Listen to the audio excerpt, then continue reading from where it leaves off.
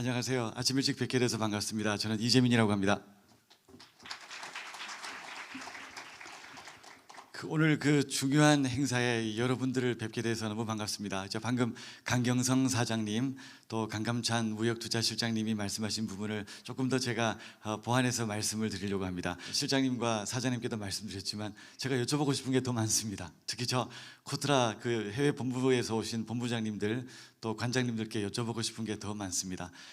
전체적으로 그 현재 우리가 어떤 상황인지 규범적으로 이 무역 질서 또 내년에 어떻게 될지, 트럼프 관세가 이제 지금 어떤 상황, 어떤 이유로 이렇게 되어서 지금 우리가 이런 시점까지 왔는지, 또 내년에 어떻게 전개될 것인지를 간략히 말씀을 드리려고 합니다. 한 20분 정도니까 뭐 짧은 시간입니다만 핵심적인 부분만 말씀을 드리고자 합니다. 그 결론만 말씀을 드리면은요, 원래 굉장히 힘든 한 해였습니다.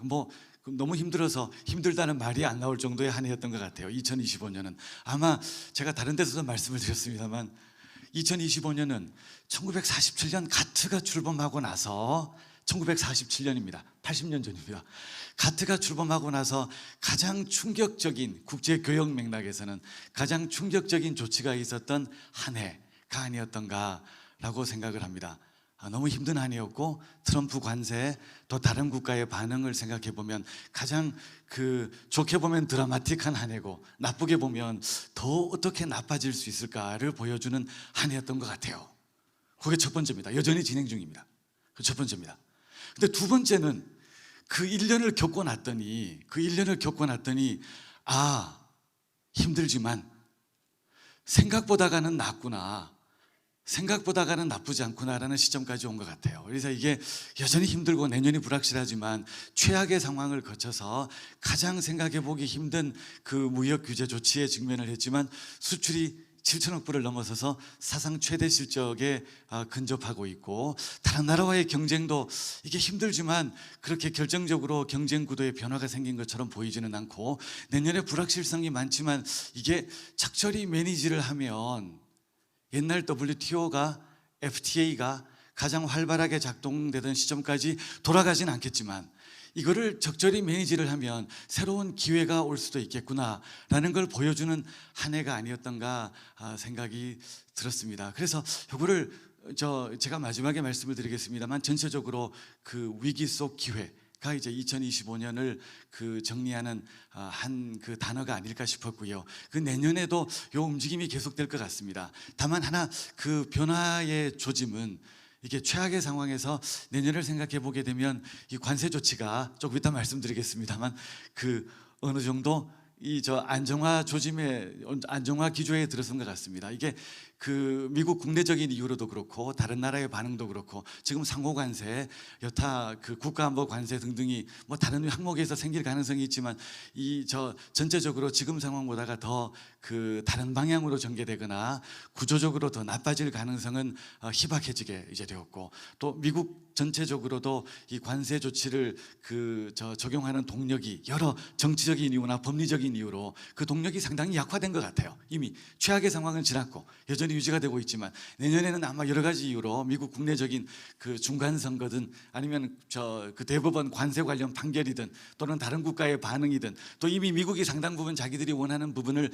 이미 획득했다는 부분이든, 이런 걸 종합적으로 생각하게 되면 일단 최악의 상황은 지나고 이 관세 조치가 내년에도 유지가 되겠지만 어느 정도 안정화 기조에 접어들게 되지 않을까 생각을 해봤습니다. 그러면 2025년의 상황과 2026년의 전망을 이렇게 접해보면 내년에도 상당히 힘들겠지만 그래도 올해보다가는 좀 더 안정적으로 우리 국제 교역, 국제 투자 등이 유지가 되지 않을까 생각을 했고, 특히 수출 실적이 호조를 보인다는 측면은 내년도에 여러 가지 새로운 계기를 찾아서 주요 시장, 미국, EU, 중국 등등에서 조금 더 안정화된 추세, 그 다음에 새로운 신흥시장에서 다변화 추세를 결합을 하면 내년에도 올해보다가 좀 더 나은 성과를 기대할 수 있지 않을까라고 생각하는 게 제가 오늘 전반적으로 드리고자 하는 말씀이었습니다. 그 생각을 하고 제가 슬라이드를 잠깐 보도록 하겠습니다. 국제 경제 질서가 너무 혼돈스럽습니다. 더 말씀드리기가 부끄러울 정도입니다. 최악의 상황으로 이어졌고 이게 유지가 될 듯 합니다. WTO는 그럼 어떻게 됐느냐? 한미 FTA는 어떻게 됐느냐? 이제 후반부에 말씀을 드리도록 하겠습니다. 위기지만 여전히 중요한 역할을 하고 있고 요거를 잘 활용해서 운용하는 게 앞으로의 중요한 과제라고 생각을 해볼 수 있겠습니다. 디지털 AI 새로운 기회입니다. 이미 우리가 여러 가지로 새로운 부분을 발굴해서 앞서 나가고 있는 부분도 있고 뒤쳐져 있는 부분도 있습니다만 우리의 강점과 접목할 수 있는 부분들이 많이 있다고 생각을 합니다. 트럼프 대통령의 유명한 사진입니다. 4월 2일 날 상호관세를 부과하는 그 사진인데요. 제가 뒤로 갔다가 다시 오겠습니다. 간단하게 말씀을 드리겠습니다. 이게 가트 1조, 가트 2조, 가트 3조입니다. 가트 협정. WTO 협정과 마찬가지입니다. 가트가 WTO 협정이니까요.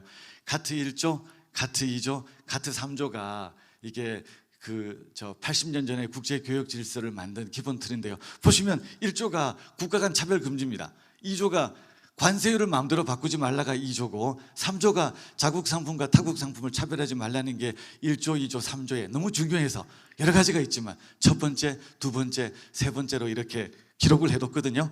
그래서 앞으로 돌아가면은요. 이게 47년도에 이 협정을 만들던 모습입니다. 1947년. 이게 확대 발전을 해서 WTO가 95년에 출범했고 지금까지 이어지고 있습니다. 그러니까 이 원칙에 따라서 한 80년간 교육을 하고 있다는 그 이야기였거든요. 이거를 통해서 우리가 수출도 하고 수입도 규제하고 뭐 여러 가지를 했던 상황인데요. 이게 4월 2일 날 이 상호관세 부과는 요 방금 말씀드린 요 원칙에 정면으로 어떻게 보면 벗어나는 내용들입니다. 국가들끼리 차별하지 마라. 관세를 마음대로 바꾸지 마라. 자국 상품과 타국 상품을 차별하지 마라 라는 데서 벗어나는 내용이니까 정말 큰 변화라고 하지 않을 수가 없습니다. 이전에는 있었던 일은 아닌데요. 미국 재무장관이 한 2주 전에 이 뉴욕타임스 인터뷰에서 지금 미국에서 이게 큰 문제거든요. 이게 한 번도 해보지 않은 길이니까 미국 내부적으로 스텝이 꼬였습니다. 이게 한국과의 FTA 협정이나 WTO 협정은 차치하고 일단 미국 내부적으로 자기들도 한 번도 해보지 않은 그 조치니까 뭐 그러다 보니까 이게 미국 국내적으로 이게 국내법상 허용이 되느냐 안 되느냐가 다른 나라하고 상관없이 자기들 내부적으로 지금 문제가 크게 됐습니다. 미국 대법원에서 살펴보고 있는데요. 아주 빠르면 연말 연초 아마 2, 3월 중으로 이제 판결이 나온다고들 많은 사람들이 이야기를 하고 있습니다. 예측하기 힘듭니다. 결과는. 그런데 점점 위법 판결 가능성이 높아지고 있는 듯한 분위기는 맞는 듯합니다. 그래서 이제 베센트 재무장관 이야기가 걱정하지 마라. 상호관세를 적용했던 법률인 IEEPA 국제비상경제고난법이 설사 대법원에서 위법 판결이 나더라도 다른 게 있다. 232조 우리가 잘 아는 301조 또 122조 등 여러 가지가 있으니 걱정하지 마라라는 걸로 지금 이야기를 하고 있습니다만 사실 예측하기 힘듭니다. 이게 처음에 상호관세로 갔던 이유가 지금 이야기하는 301조나 232조나 122조나 이런 조치들이 복잡하거든요. 이게 굉장히 복잡한 절차를 거치게 돼 있어서 사실은 그것만 갖고 이제 여러 가지 지금 미국이 생각하는 조치를 취하기가 힘들다 보니까 이제 그리 가게 되었는데 다시 이제 이렇게 간다라고 해서 이게 아마 지금 원래 상호관세로 이렇게 했던 것만큼 뭔가 짧은 시간에 여러 국가를 상대로 동시다발적으로 이 조치를 취하기는 쉽지는 않을 듯합니다. 어쨌든 이게 지금 상호관세 관련해서 미국의 여러 가지 상황이고 불확실성은 여전하게 보여지고 있습니다. 다만 이 두 가지 화면에서 보다시피 상황은 우리한테는 조금 나은 것 같아요. 지금 이런 형식의 상호관세를 계속 부과하는 이 부분이 여전히 여러 가지로 미국 국내적으로도 문제가 있고 경제적인 측면에서 미국의 부정적인 효과가 크다라는 게 점점 확산되고 있다 보니 아마 새로운 형식의 관세 부과를 하더라도 아무래도 관세 부과 자체가 우리한테는 불리하지만 지금보다는 좀 더 정교하고 좀 더 정비가 된 관세 부과 조치로 이어지지 않을까 생각을 하고 있습니다. 어쨌든 우리가 지난 11월 14일 합의로 상호관세 문제가 어쨌든 정리가 된 상황이니까 일단은 나머지 변수를 차치하더라도 안정화된 기조에 접어들었고 설사 상호관세 문제가 미국 국내적인 이유로 정리가 되더라도 또는 새로운 변수를 맞이하더라도 지금보다는 좀 더 안정적인 상황으로 이어질 것으로 볼 수가 있겠습니다. 그래서 이 트럼프 관세 부과 조치가 이 가트의 또는 FTA의 여러 원칙에 벗어나는 내용이기는 합니다만 이거를 이제 미국이 여러 가지 이유로 설명을 많이 하고 있습니다. 그게 이제 국가 안보를 이유로 얘기를 하고 있습니다. 요게 보시는 게 4월 2일자의 상호관세 부과의 법적 근거인데요. 여러 가지가 있지만 국가 위기 상황 때문에 적용한다는 이야기고, 지금 미국 국내적으로는 두 가지입니다. 이게 정말 국가 위기 상황이냐, 무역 적자가. 두 번째, 국가 위기 상황이라고 하더라도 의회가 아니라 대통령이 관세 부과를 할 수 있느냐 없느냐. 미국 내부적으로도 논란이 많은 것 같아요. 거기에 따라서 여러 가지가 이제 결정이 이루어질 예정이고요. 이 앞에 나오는 내용은 이 자동차 관세, 철강 관세를 부과한 232조의 조항인데요. 국가 안보를 이유로 특정 상품에 관세 부과를 할 수 있다는 조항입니다. 그러니까 이 두 가지를 보면 차이점이 보이시죠? 첫 번째는 뭔가 하면 요거는 이제 대통령이 판단할 때 미국이 위기다라고 하면 수많은 국가들을 전부 다 망라해서, 그래서 4월 2일 날 한 50개 국가들을 다 망라해서 한국 25%, 미국 24%, 중국은 엄청나게 높은 숫자 쭉 이제 나열을 했었거든요. 그게 안 되면 이제 문제가 뭔가 하면 일이 이제 돌아간다는 건데요. 지금 베센트 재무장관 이야기는 돌아가게 되면 이게 그렇게 한 번에 동시다발적으로 하는 게 불가능하고 품목별로, 국가별로, 섹터별로 해야 되니까 가능하기는 한데 상당한 시간과 비용이 들어갈 수밖에 없는 상황입니다. 그러니까 이제 내년에 아마 이거를 들고 미국 관세 부과 조치의 대법원 판결이 내려지면 어떤 쪽이든 조정 작업이 이루어질 듯하고, 그 조정 작업은 우리한테 불리하지는 않을 듯합니다. 제가 처음 말씀드린 것처럼 이미 최악의 상황에서 여러 가지를 가정하고 우리가 수출 작업도 여기까지 해갖고 왔고 성과도 내었고, 최악의 상황에서 관세율 15%로 미국과 협의해서 일단 베이스라인을 마련을 했기 때문에 내년은 아마 올해보다가는 이런 변수에도 불구하고 여러 가지로 안정적이겠다라고 말씀을 드릴 수가 있게 되었습니다.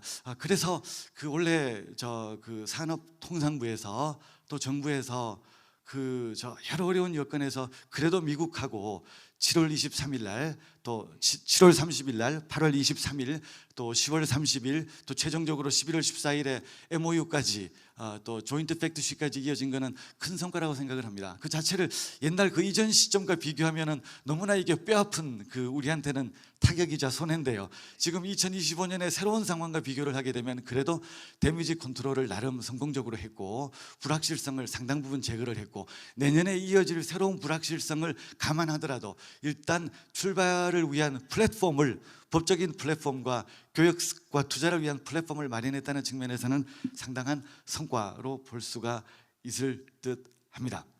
요 근본적인 질문입니다. WTO는 어떻게 되는가? FTA는 어떻게 되는가가 이제 우리 중요한 관심사인 듯합니다. 전 세계적으로 미국과의 교역이 차지하는 부분이 한 15%밖에 되지 않습니다. 미국이 제일 크지만 전 세계 교역을 100으로 보면 미국과 연관되는 교역, 미국으로의 수출, 미국으로부터의 수입을 합친 교역 규모가 한 15%밖에 되지 않고 미국을 뺀 교역이 85%입니다. 그 말은 이제 미국이 워낙 중요한 나라고 우리한테 큰 의미가 있는 나라이다 보니 미국과의 수출 문제, 수입 문제가 큰 부분을 차지하는 것은 당연합니다. 근데 사실은 미국 이외의 다른 영역과의 교역이 85%를 차지하고, 그 말은 미국발 불확실성을 감안하더라도 이미 85%의 교역은 올해도 미국의 관세 조치와의 바깥쪽에서 교역이 이루어지고 있다는 부분을 알 수가 있습니다. 그 말은 우리나라 교역 측면에서도 미국과의 교역을 제외한 수많은 국가의 교역은 WTO 체제, FTA 체제에서 그대로 움직이고 있는 상황입니다. 그러니까 이게 우리가 아주 중요하게 생각하는 자동차 수출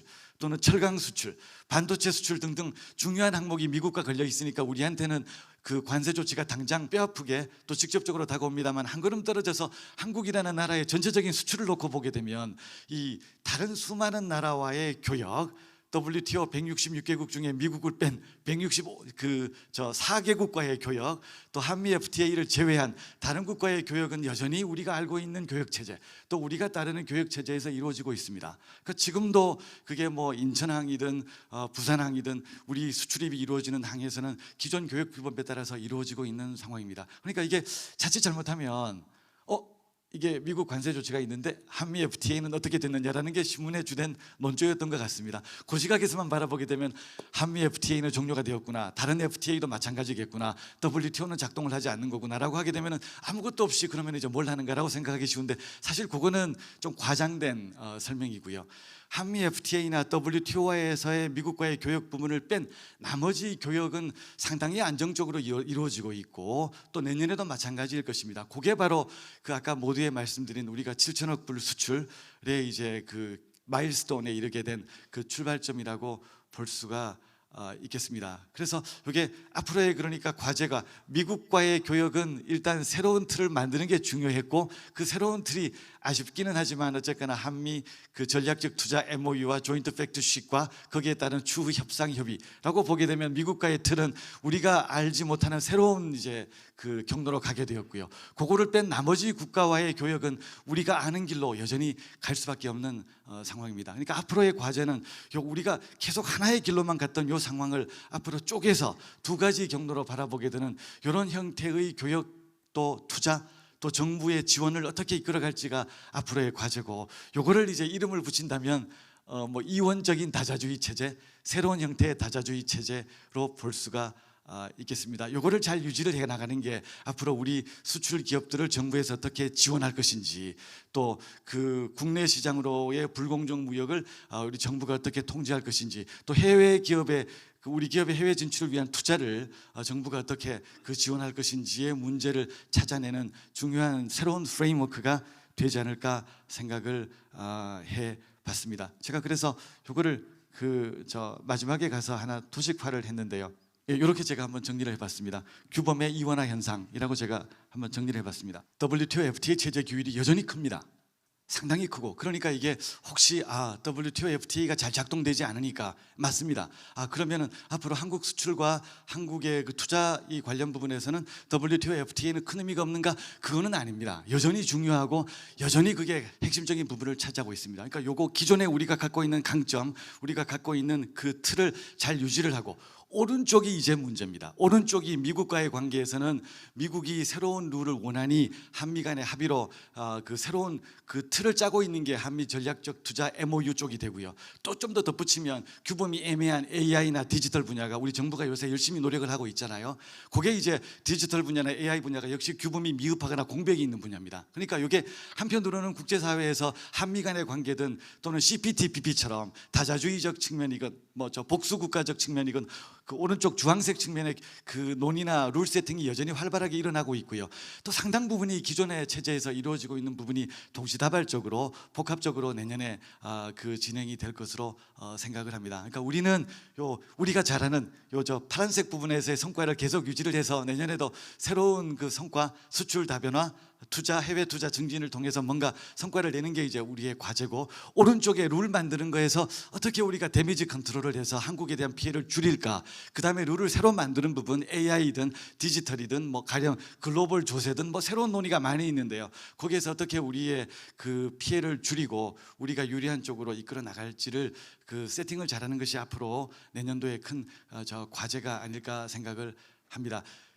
원래보다는 나아졌습니다. 그래도 이 정도가 정리가 된 게 다행이었습니다. 올 초를 생각하면 이런 틀 자체가 없으니 미국이 WTO를 떠나는가 모든 게 중단이 되는 것인가 새롭게 되는 것인가라는 의문이 끊이진 않았는데요. 지금 돌아가는 추세를 보게 되면 대략적으로 이렇게 정비가 되어서 이 앞으로 수년간 진행이 되겠구나라는 판이 그려진 듯합니다. 그래서 원래보다는 그래도 나름 안정적으로 운영이 될 수 있을 것으로 생각을 했습니다. 마지막입니다. 여기 우리 정부가 여러 그 프로그램을 통해서 법령을 통해서 기업들을 지원하는 대체적인 방식입니다.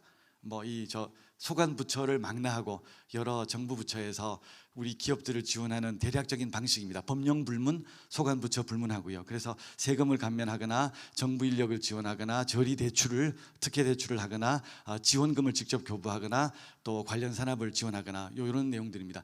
다른 나라는 이거보다 훨씬 더 많은 지원을 하고 있습니다. 그래서 이게 이런 부분들이 현재 우리가 갖고 있던 그 대략적인 지원 조치들인데요. 아까 말씀드린 것처럼 교육 환경이 바뀌고 새로운 틀이 만들어지게 되면 뭔가 조금 더 우리가 이 기업들의 지원하는 부분들도 좀 더 입체화, 다각화 좀 더 공격적인 지원 조치가 결국은 새로운 교육 환경, 투자 환경, 수출 환경에는 필요하지 않을까라는 생각을 한번 해봤습니다. 이제 가령 이게 이제 원래 정부 지원금을 제한하는 것은 WTO, FTA 체제의 기본적인 시각이었습니다. 근데 그게 지금 많이 바뀌어서 사실은 지금의 화두는 많은 국가들이 어떻게 하면 더 많은 지원금을, 더 많은 지원 조치를 실시할 것인가 쪽으로 이제 바뀌었습니다. 이제 그러면 이제 우리도 이런 새로운 흐름에 이제 맞추어서 조금 더 공격적으로, 좀 더 입체적으로 어떤 식으로 지원을 할지라는 부분, 절대량을 어떻게 늘리고, 또 특히 기업의 애로가 옛날처럼 단순하게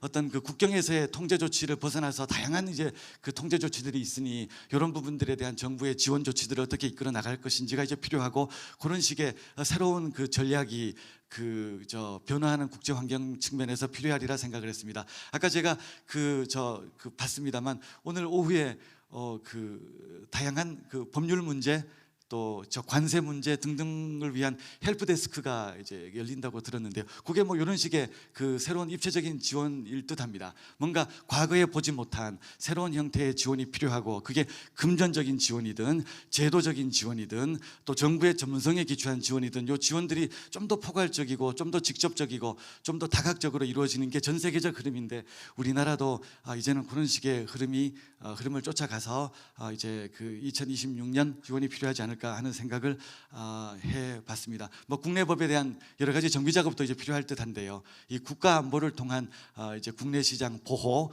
또 지원 조치 강화가 여러 국가들의 새로운 화두입니다. 이제 그러면 우리나라도 이 지원 조치를 생각하는 여러 가지 방식이 있지만, 그 중에 하나가 국가 안보적 측면, 아까 제가 시간 관계상 생략했습니다만 경제 안보적 측면, 또 공급망 재편적 측면에서 어떤 식으로 지원 조치를 제공할지, 기업들의, 또 기업과 연관된 산업에, 또 국내 시장에 대한 정당한 보호를 어떻게 할지라는 이 시각을 역시 새로운 국제 경제 환경 변화에 발맞추어서 한번 새롭게 도모해서 법령 정비 작업도 추진해 보는 게 필요하지 않을까라는 생각을 한번 해봤습니다.